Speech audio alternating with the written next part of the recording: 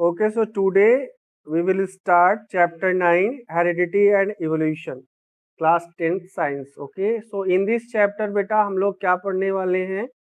ये चैप्टर है आपका, इसमें पहले हम इंट्रोडक्शन पढ़ेंगे, types of variation. Types of variation में दो पार्ट पढ़ेंगे, somatic variation and gametic variation. उसके बाद accumulation of variation during reproduction, इसमें variation in asexual and sexual reproduction, importance of variation.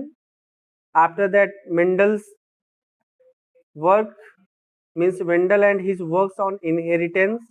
इसमें हम 7 पेयर्स के जो कॉन्ट्रास्टिंग करेक्टर मेंडल ने गार्डन पी पे लिए थे उसकी बात करेंगे या उसको पढ़ेंगे। फिर मेंडल के एक्सपेरिमेंट पढ़ेंगे, जिसमें मोनोहाइब्रिड और डाई हाइब्रिड क्रॉस को डिस्कस किया जाएगा।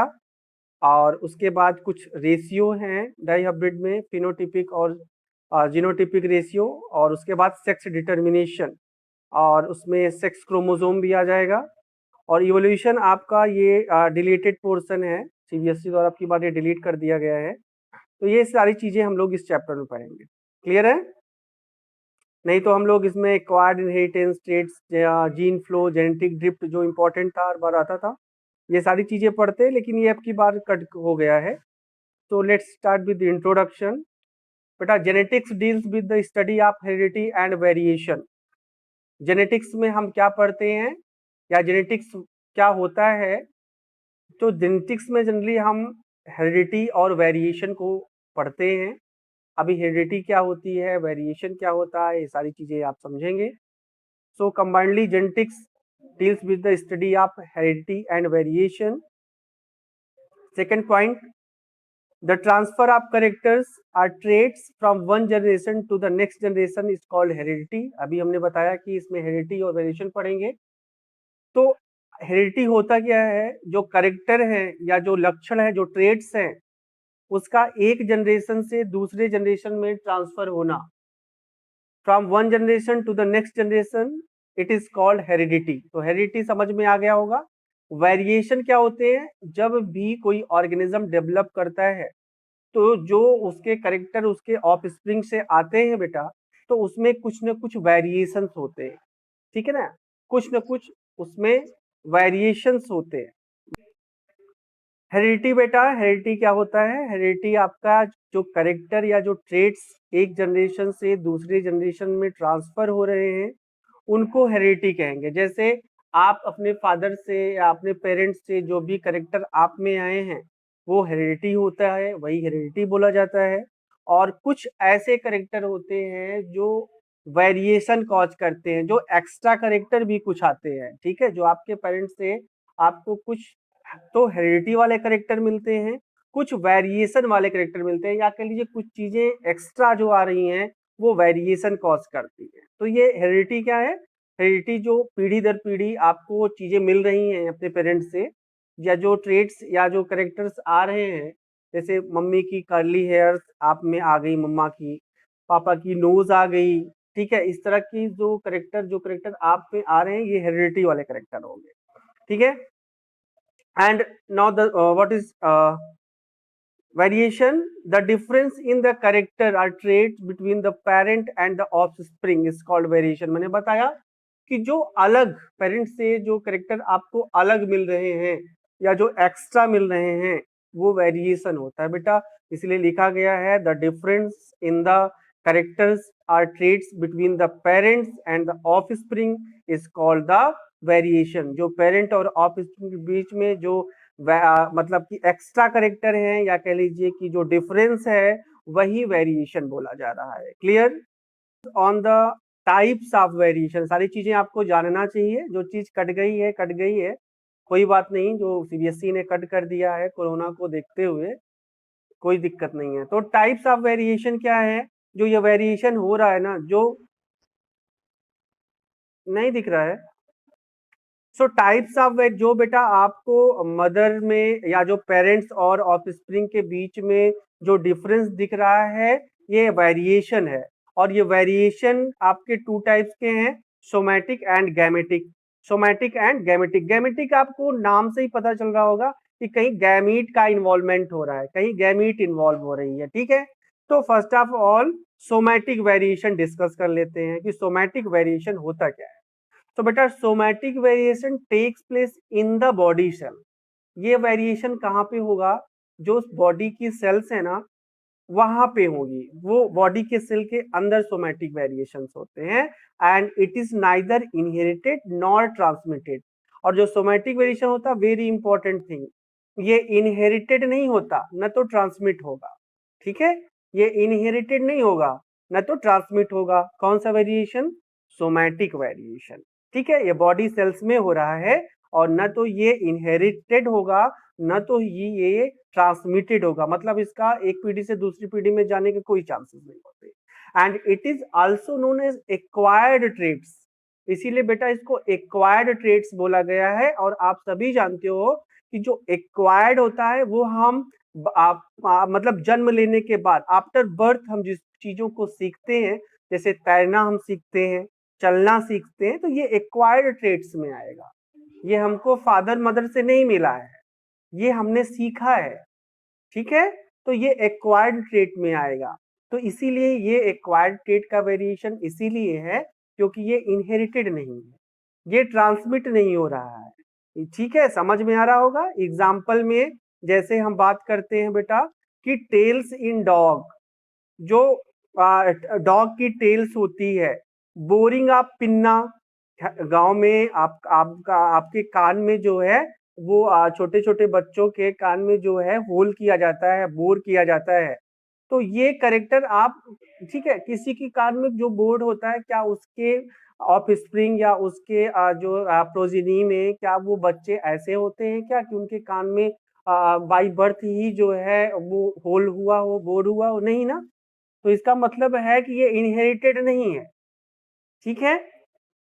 अगर इनहेरिटेड होता तो ये बाई बच्चा जो जन्म लेता तो उसके भी ईयर पिन्ना में होल होता, ठीक है। तो ये सोमैटिक वेरिएशन है, ये बॉडी सेल्स में हो रही है, ठीक है। बॉडी सेल्स में हम कर रहे हैं, एक्वायर्ड है, नॉट इनहेरिटेड है। एग्जाम्पल में बोरिंग ऑफ पिन्ना। गैप पहले दोनों समझ लेते हैं, उसके बाद अगर कोई क्वेरी होती है तो उसको करते हैं बेटा, ठीक है। इसके बाद है gametic variation. Gametic variation takes place in gametes. Gametic नाम ही सजेस्ट कर रहा है कि ये गैमीट में होता है। और बेटा गैमीट रिप्रोडक्टिव सेल्स होती है, ठीक है। गैमीट्स कैसी सेल्स होती हैं, और रिप्रोडक्टिव सेल्स होती हैं बेटा। एंड यू नो दैट कि रिप्रोडक्टिव सेल्स की बात अगर कर रहे हैं तो it is inherited as well as transmitted. जो गैमेटिक वेरिएशन होगा ये इनहेरिटेड भी होगा और एज वेल एज ट्रांसमिटेड भी होगा, मतलब कैरेक्टर आपका ट्रांसफर हो सकता है इस वेरिएशन में। And it is also known as inherited traits. इनको इनहेरिटेड ट्रेट्स भी बोला जाता है। जैसे ह्यूमन की हाइट है ना, अगर पापा मम्मी बड़े हैं तो बच्चे बड़े होंगे, ठीक है। रेयर केस में देखा गया है बहुत, वो बात की बात है, उसको बाद में बात करेंगे। स्किन का कलर, ये सब इनहेरिटेड ट्रेट्स हैं, ये सब गैमेटिक वेरिएशन है, ठीक है। समझ में आया होगा थोड़ा बहुत, आई होप। के बाद है बेटा accumulation of variation during reproduction. जब भी रिप्रोडक्शन होता है तो उस समय जो वेरिएशन का एक्यूमुलेशन हो रहा है, जो वेरिएशन इकट्ठा हो रही ना, मैंने बताया कि जो भी आपके फादर से, आपके पेरेंट्स से आप में जो चीजें एक्स्ट्रा आई हैं वो वेरिएशन होके आई हैं। अब इनका एक्यूमुलेशन हो रहा है, ये इकट्ठे होते होते होते होते एक समय ऐसा आता है, तुरंत तो नहीं दिखता, लेकिन ये अलग कोई प्रोजनी बना सकती है, अलग कोई स्पीसीज बना सकती है, यही वेरिएशन एक्यूमुलेट होते होते। तो इसको होने में बहुत प्रोसेस होते हैं, तो इसी को डिस्कस करने वाले हैं कि accumulation of variation during reproduction, ठीक है। तो बेटा इसमें क्या होता है, आप जानते हो कि variation occurs during reproduction whether organism multiply sexually और एसेक्सुअली। वेरिएशन रिप्रोडक्शन में के दौरान ही होता है, और चाहे वो ऑर्गेनिज्म आपका मल्टीप्लाई कर रहा हो सेक्सुअली या asexually. Variation in asexual reproduction अगर बात करते हैं तो वेरिएशन आर फ्यूअर। एसेक्सुअल में बहुत कम वेरिएशन होता है। तभी तो देखते हो ना, आम का पेड़ अगर मैंगो प्लांट है तो जस्ट वो भी जो उसका प्रोजनी होगा, जो उसकी स्पीसीज होगी वो जस्ट लाइक मैंगो प्लांट की होती, कोई वेरिएशन नहीं दिखता। बहुत माइन्यूट या 99% को छोड़ दो 0.1% या 1% का वेरिएशन हो रहा है, लेकिन वेरिएशन होता है बेटा। कोई ये पूछे कि सेक्सुअल वेरिएशन होता है तो कहे तो होता है, लेकिन बहुत फ्यूअर रेट में होता है। आप ये नहीं कह सकते नो नहीं होता, ये वर्ड नहीं लाओगे, बायोलॉजी इसको नहीं कहती भाई, कहीं ना कहीं होता है, ठीक है। And variation occurs due to small inaccuracies in DNA copy या म्यूटेशन, ठीक है। ये वेरिएशन क्यों हो रहा है, जो थोड़ा बहुत हो रहा है, क्योंकि इसमें इनएक्यूरेसी होती है डीएनए कॉपी में। जब डीएनए कॉपी होती है तो वो समय कुछ मतलब म्यूटेशन होता है। म्यूटेशन मतलब सडन चेंजेज होते हैं जीन्स में, ठीक है, कुछ सडन चेंज हो जाते हैं जिसकी वजह से वो कुछ पॉइंट का वेरिएशन वहां पे शो होता है, ठीक है। म्यूटेशन को हम 11th वगैरह क्लास में आपको अच्छे से पढ़ेंगे। बस म्यूटेशन में कुछ जो आपका डीएनए होता है उसमें जो जीन्स प्रेजेंट होते हैं उसमें कुछ चेंजेस हो जाते हैं, उसी को म्यूटेशन कहते हैं। And variation in sexual reproduction बात करते हैं, तो वेरिएशन सेक्सुअल रिप्रोडक्शन में ज्यादा होता है। क्यों होता है, क्रॉसिंग ओवर की वजह से, क्रोमोसोम में क्रॉसिंग ओवर होती है और उसी क्रॉसिंग ओवर की वजह से separation of chromosome, chromosome separate होते हैं। आपको पता है कि न्यूक्लियस के अंदर जो न्यूक्लियोलस होता है उसके सराउंडिंग में ये क्रोमोसोम क्रोमैटिन थ्रेड्स के फॉर्म में होते हैं। जब सेल डिवीजन होता है बेटा तो ये स्मॉल हो जाते हैं, थिक हो जाते हैं, ठीक है, छोटे और मोटे हो जाते हैं, ठीक है, और सेपरेट हो जाते हैं। तो ये वेरिएशन क्रोमोसोम सेपरेशन के दौरान होता है, क्रॉसिंग ओवर के दौरान होता है और म्यूटेशन के दौरान होता है। तो इसमें ये सारी चीजों का इन्वॉल्वमेंट होता है, इसलिए पेरेंट्स से उनके ऑफस्प्रिंग क्या होते हैं, डिफर होते हैं, या उसमें वेरिएशन होने के चांसेस ज्यादा हो रहे होते हैं।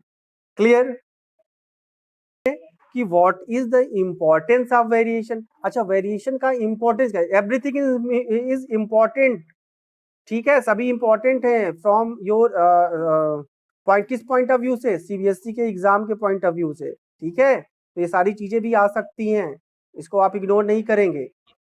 So what is the importance of variation, सीधे सीधे कह देगा कि write down the importance of DNA कॉपिंग, write down the importance of variation, ठीक है। तो ये सारी चीजें आ सकती है। सो इंपॉर्टेंस ऑफ वेरिएशन की बात करते हैं बेटा, तो depending upon the nature of variation different individual would have different kind of advantage, ठीक है। नेचर ऑफ वेरिएशन को अगर हम कंसीडर करें तो उसके बिहाफ पे जो इंडिविजुअल है उनमें अलग अलग एडवांटेज होते हैं, ठीक है। Depending upon the nature of variation different individuals would have different kind of advantage. Clear. Example, अगर हम एग्जाम्पल की बात करते हैं तो bacteria that can withstand heat will survive better in heat wave, ठीक है। बैक्टीरिया जो आपका हीट में ज्यादा सर्वाइव करता है, या कह सकते हैं कि इसका मतलब बताइए, अच्छा तो कोई इसका मतलब बताए कि bacteria that can withstand heat will survive better in a heat wave, ठीक है। हीट वेव से ज्यादा वो किस में सर्वाइव करेगा, जल्दी बताओ, हीट में सर्वाइव करेगा। एक हीट वेव होता है, एक क्या कहते हैं हीट होता है। तो ज्यादा जो बैक्टीरिया जो है वो किस स्टैंड में, किस स्टेज में ज्यादा सर्वाइव करेगा, हीट वाले स्टेज में, in comparison to the heat wave, ठीक है। तो ये आपके कुछ इंपॉर्टेंस हैं कि depending upon the nature variation different individual would have different kind of advantage, अलग अलग जो इंडिविजुअल हैं उनमें अलग अलग एडवांटेज होते हैं। जैसे main advantage of variation to species is that it increases the chances of its survival. Variation होगा तो सर्वाइवल के चांसेस ज्यादा होंगे जब भी एनवायरमेंट चेंज करेगा, ठीक है। जैसे ह्यूमन बीइंग में सर्वाइवल के चांसेस ज्यादा होते हैं, लेकिन प्लांट के केस में नहीं होता, होता है कि नहीं होता। अगर वो कोल्ड क्लाइमेट का है, हीट क्लाइमेट में, हॉट क्लाइमेट में ले जाओगे तो वो जल्दी जल्दी क्या होगा, डिग्रेड हो जाएगा, नष्ट हो जाएगा। लेकिन ह्यूमन बीइंग चाहे जहां ले जाओ, सदाबहार, सदाबहार नगमे, चाहे जहां उनको रिप्रेजेंट करो, थोड़ा सा उनको 2-4 दिन प्रॉब्लम होगी, सर्दी खांसी जुकाम बुखार, लेकिन उसके बाद वो सर्वाइव कर, क्योंकि उनमें वेरिएशन है और यही वेरिएशन उनको सर्वाइव कर रहा है, उनको सर्वाइवल दे रहा है, उनको फिट रख रहा है इन्वायरमेंट से लड़ने के लिए। जैसे free ear lobes are attached ear lobes are two variants found in human population. आपने देखा होगा किसी के कान में जो ईयर लोब्स है, जहाँ पे आपके बोरिंग होती है कान में, ईयर में, तो किसी का उनके चिक से जुड़ा हुआ होता है और किसी का ईयर लोब सीधे गोला सा लटका हुआ दिखाई पड़ता है। तो ये दो तरह के आपके वेरिएंट्स हैं जो ह्यूमन पॉपुलेशन में पाए जा रहे हैं। तो ये भी वेरिएशन की वजह से ही हुआ, ये वेरिएशन की वजह से हुआ है। ठीक है, ये किसी वजह से हुआ है, वेरिएशन की वजह से हुआ है। Okay, so today we will discuss Mendel and his work on inheritance. So you can read here Gregor John Mendel, 1822 and 1884, means 1822 to 1884, started his experiments on plant breeding and hybridization, and he proposed the laws of inheritance in living organisms.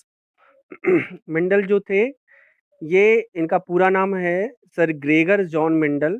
आपके यहाँ exam में पूछा जाता है कि Mendel का पूरा नाम लिखिए, तो ये क्वेश्चन आपका यहाँ से क्लियर हो गया कि इनका पूरा नाम है sir Gregor John Mendel. And इन्होंने क्या किया था कि पी प्लांट पे, मटर के पौधे पे अपना पूरा एक्सपेरिमेंट किया था, उसमें ब्रीडिंग और हाइब्रिडाइजेशन किए थे। और इन्होंने मटर के पौधे पे, पी प्लांट पे जो एक्सपेरिमेंट किया, उसके बिहाफ पे इन्होंने लॉज भी दिए, और वो लॉज इनहेरिटेंस के लॉज कहलाए। So Mendel was known as father of genetics, इसीलिए मेंडल को फादर ऑफ जेनेटिक्स भी बोला जाता है। ये आनुवंशिकी के पिता कहे जाते हैं, फादर ऑफ जेनेटिक्स कहे जाते हैं। एंड मेंडल ने नाउ किया क्या, अब प्लांट सेलेक्टेड, मेंडल ने कौन सा प्लांट सेलेक्ट किया, मैंने बताया कि पी प्लांट पे उन्होंने सारे एक्सपेरिमेंट किए अपने। और plant selected bye Mendel is Pisum sativum. Pisum sativum को हम मीठी मटर या गार्डन पी भी बोलते हैं। ठीक है, स्वीट पी या गार्डन पी दोनों नाम से आ सकता है, तो आपको कंफ्यूज नहीं होना है। ठीक है, गार्डन पी भी बोलते हैं। और इसका जो बॉटनिकल नेम है, वो बॉटनिकल नेम आपका है Pisum sativum. And he used a number of contrasting character for garden pea. और मेंडल ने जब एक्सपेरिमेंट किया इनहेरिटेंस का, तो उसमें जो मटर का पौधा बीज था या मटर का पौधा था, उसके अलग अलग करेक्टर को उन्होंने चूज किया, या उस करेक्टर्स को उन्होंने लिया। तो वो जो करेक्टर्स थे, अभी हम सब कुछ धीरे धीरे आ रहे हैं, तो वो जो 7 पेयर्स के करेक्टर्स थे, वो करेक्टर्स इज आपको चार्ट में दिखाई पड़ेंगे। 7 pairs of contrasting character in garden pea. Contrasting मतलब विपरीत। ठीक है, जैसे अगर वन बाय वन हम बात करते हैं, तो यहाँ पे आप देख रहे होंगे कि कैरेक्टर ट्रेट है, डोमिनेंट ट्रेट है और रिसिस्टिव ट्रेट है। कैरेक्टर ट्रेट में पहले मेंडल ने कलर को, कंट्रास्टिंग कलर मतलब कलर लिया। एक तो व्हाइट कलर का आपको पी मिलेगा, पी प्लांट, और एक प्लांट आपका जो है थोड़ा सा बैगनी टाइप का या इस तरह का मिलेगा। अभी हम धीरे धीरे वन बाय वन डिस्कस कर लेंगे। So first of all Mendel has chosen flower colour. So, in the flower color, Mendel chosen dominant trait, that is the violet color. ठीक है, उन्होंने वॉयलेट कलर को चूज किया, और रेसेसिव ट्रेट में white colour को चूज किया। ठीक है, अभी देखेंगे जब हम एक्सपेरिमेंट कराएंगे, तो अगर हम वाइट फ्लावर्स और वायलेट फ्लावर्स के बीच में क्रॉस करवाते हैं या ब्रीड करवाते हैं, तो हमें डोमिनेंट करेक्टर कैसे दिखेंगे और रिसेसिव करेक्टर में क्या दिखेगा, इसको अभी हम बाद में डिस्कस करेंगे। Now comes on flower position. ये 7 करेक्टर्स आपको याद होने चाहिए।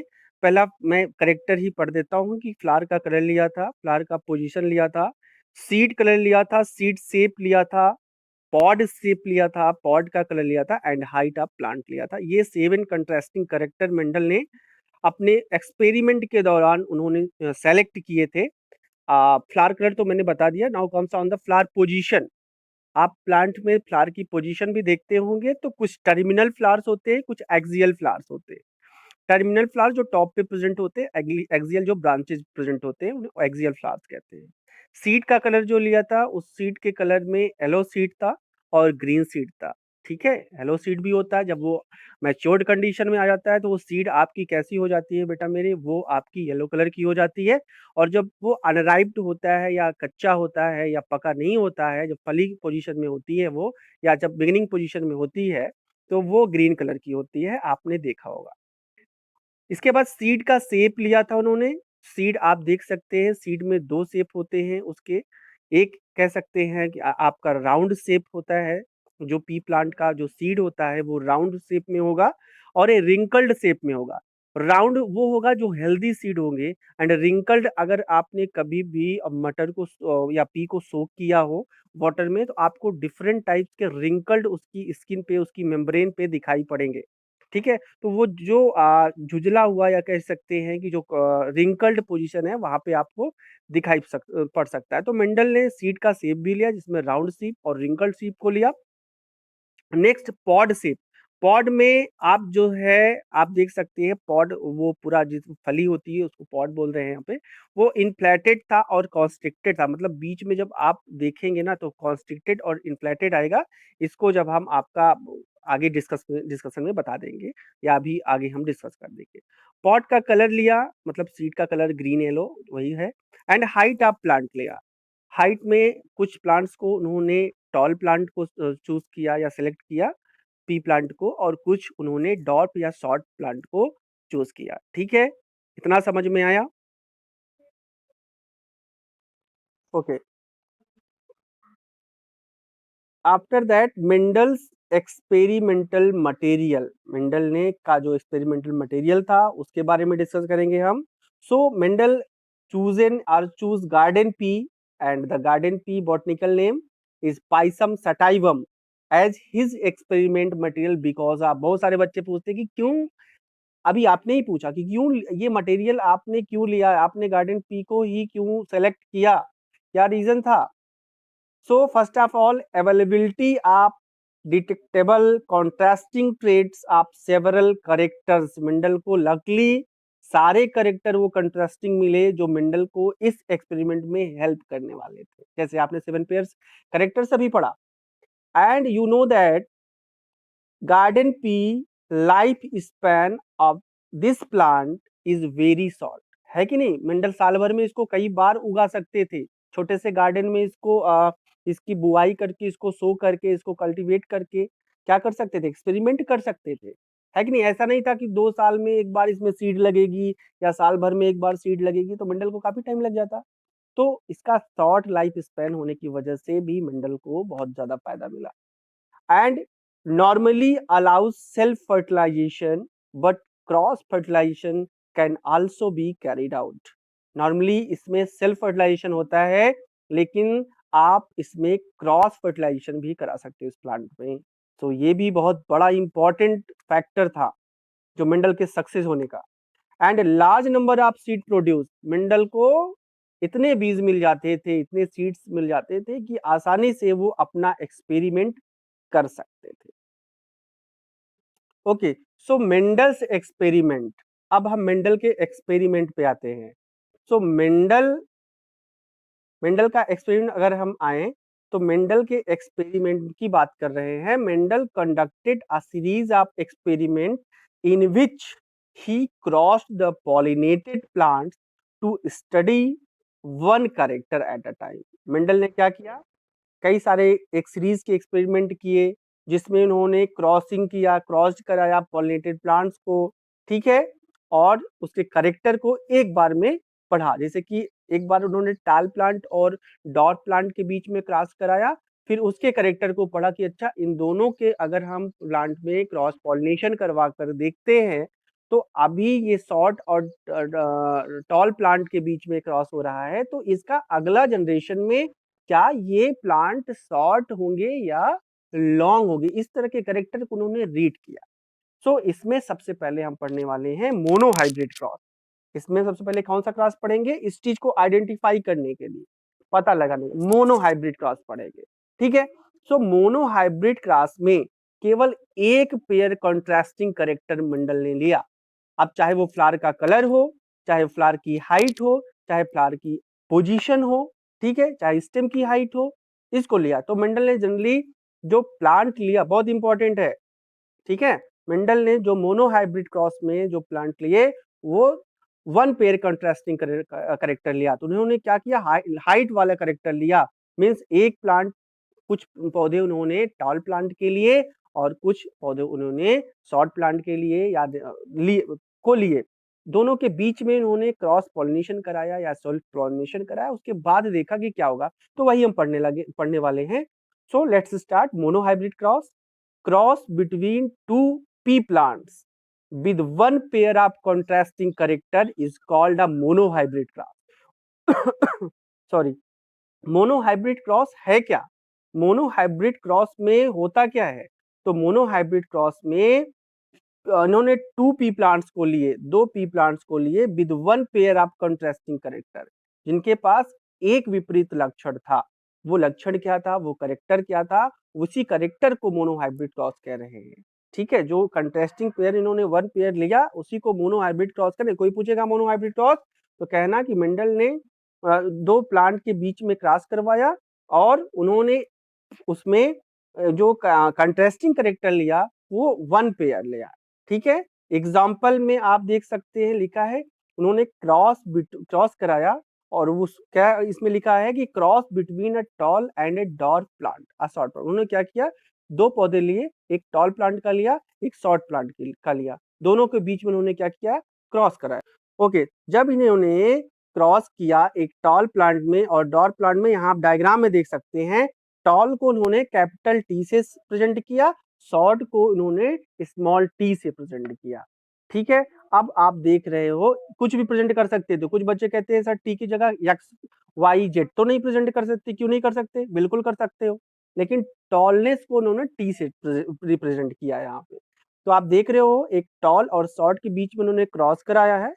एंड जो जो इसका अब फर्स्ट फीलियल जनरेशन आया है, जो या जो कह लो F1 जनरेशन आया, मतलब पहली संतति जो आई, जो पहला जनरेशन आया क्रॉस कराने के बाद जो नए सीड प्रोड्यूस हुए, ऑल टॉल ऑफस्प्रिंग, सभी क्या हुए, बड़े हुए, सभी क्या हुए, लंबे पौधे हुए। लेकिन जब आप इसमें देखेंगे तो इसमें लिखा हुआ है capital T small T, capital T small T, तो इसका मतलब है कि कहीं ना कहीं शॉर्ट वाला करेक्टर आया है फर्स्ट फीलियल जनरेशन में या F1 जनरेशन में, बट वो शो नहीं हो रहा है, वो लैटेंट है, वो छिपा हुआ है। ठीक है, टॉलनेस वाला करेक्टर डोमिनेंट था, इसलिए वो पहली जनरेशन में आ चुका है।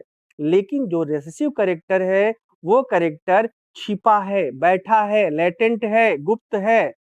अगर हम इसको, जब ये गुप्त है, जब ये छिपा बैठा है, तो हो सकता है कि अगली जनरेशन में ये करेक्टर सामने आ जाए। ठीक है, तो इसको फाइंड आउट करने के लिए मेंडल ने जितने F1 जनरेशन में टॉलनेस वाले प्लांट थे ना, इनके बीच में सेल्फ क्रॉस करा दिया। ठीक है, पौधा लिया और एक पौधे को दूसरे पौधे से, टॉल पौधे को टॉल पौधे से ही उन्होंने क्रॉस करा दिया। तो इनको सेकेंड जनरेशन में देखो, यहाँ पे डायग्राम देख सकते हो, tall plant T capital T small T cross into capital T small T. तो इनको जो है जो रेशियो मिला वो रेशियो 3:1 का मिला, मतलब 3 प्लांट आपके बड़े थे, 1 प्लांट आपका शॉर्ट हुआ। तो शॉर्टनेस वाला करेक्टर जो छिपा था F1 जनरेशन में बेटा, वो सेकेंड फीलियल जनरेशन में या F2 जनरेशन में वो एक्सप्रेस हो गया। सो यही लिखा हुआ है इसमें, first generation or F1 generation are no medium height plants, all plants were tall, but in second generation or we can say F2 generation, all are progeny of the F1 tall plants are not all tall. Okay, and in third point, both the tallness and the shortness traits were inherited in the F1 plants, but only the tallness trait was expressed. Thus, two copies of the traits are inherited in each sexually reproduction organism. These two may be identical or may be different depending on the percentage. ठीक है, अब ये कह रहे हैं कि percentage accordingly ये अलग अलग होंगे। प्योर और होमोजाइगस कंडीशन, हेट्रोजाइगस कंडीशन, दो कंडीशंस होती हैं। तो इस कंडीशंस को आप देख लीजिए पहले। देखो, जो कैपिटल टी प्योर प्लांट या तो कैपिटल टी होगा या तो स्मॉल टी होगा। तो मेंडल ने जो प्लांट चूज किया था, आपने शुरू में डायग्राम में देखा होगा, तो कैपिटल टी ये टॉलनेस प्योर टाल प्लांट था, और जो प्योर डॉर्फ प्लांट था या प्योर शॉर्ट प्लांट था, उसको इन्होंने स्मॉल टी से इंडिकेट किया था। तो होमोजाइगस या प्योर प्लांट वो होते हैं, बोथ आर डोमिनेंट ट्रेट्स होते हैं and both are recessive alleles होते हैं। ठीक है, क्लियर हो रहा होगा। हेटेरोजाइगस वो हाइब्रिड कंडीशंस होते हैं। टीटी, अगर कोई एक एली जैसे टीटी है तो इसमें से एक करेक्टर कैपिटल टी का, एक करेक्टर स्मॉल टी का अगर साथ में आ रहा है तो one is dominant, one is recessive trait. एक डोमिनेंट ट्रेट है और रिसेसिव, जैसे कि आपने F1 जनरेशन में देखा कि अगर मेंडल ने कैपिटल टी टालनेस वाले प्लांट को स्मॉल टी डॉर प्लांट से जब क्रॉस कराया तो एक कैपिटल टी और एक स्मॉल टी आया, तो एक मतलब रिसेसिव करेक्टर भी आया और डोमिनेंट करेक्टर भी आया, लेकिन रिसेसिव करेक्टर वहां पे लेटेंट स्टेज में है, इसलिए यहाँ पे जो रेशियो होगा आप देख सकते हैं, यही रेशियो को 3:1 बोल दिया गया है। देखो, टॉल टॉल टॉल शॉर्ट, मतलब एक तो प्योर टॉल होगा, कैपिटल टी जो होगा वो प्योर टॉल होगा, और दो जो होंगे कैपिटल टी स्मॉल टी, ये जो दो हैं कैपिटल टी स्मॉल टी, ये टॉल तो हैं लेकिन प्योर टॉल नहीं है। एक शॉर्ट होगा स्मॉल टी, तो ये आपका प्योर डॉर प्लांट है। ठीक है, तो यही यहाँ पे शो हुआ है आप में कि जो इसका दो रेशियो होते हैं बेटा, एक फिनोटिपिक रेशियो होता है, एक जीनोटिपिक रेशियो होता है। फिनोटिपिक रेशियो वो रेशियो होता है जिसको हम प्लांट को देख करके बता दे, जैसे प्लांट टाल है कि कैसा है, हम देख के इजिली बता दे, वो फिनोटिपिक रेशियो। जो बाहर से एक्सप्रेस हो, जो एक्सटर्नल करेक्टर हो, वो फिनोटिपिक रेशियो होगा। जैसे आप देख के बता सकते हो ना, हमारे गार्डन में लगभग 75% जो पी प्लांट हैं वो टॉल साइज के हैं, और जो और हैं क्या कहते हैं 30% वो आपके शॉर्ट प्लांट हैं। लेकिन जेनोटिपिक जो रेशियो होता है वो जीन्स में प्रेजेंट होता है, वो एक्सप्रेस होके आता है, वो बाहर से देख के हम नहीं बता सकते। तो वो जो रेशियो था 1:2:1 का रेशियो था, मतलब एक कैपिटल टी था, एक दो जो थे कैपिटल टी स्मॉल टी थे, और एक जो था स्मॉल टी था। तो ये तो आपका हो गया होमोजाइगस और हेटेरोजाइगस कंडीशन। बाकी की जो चीजें होगी वो हम अगली क्लास में बता देंगे आपको। Thank you.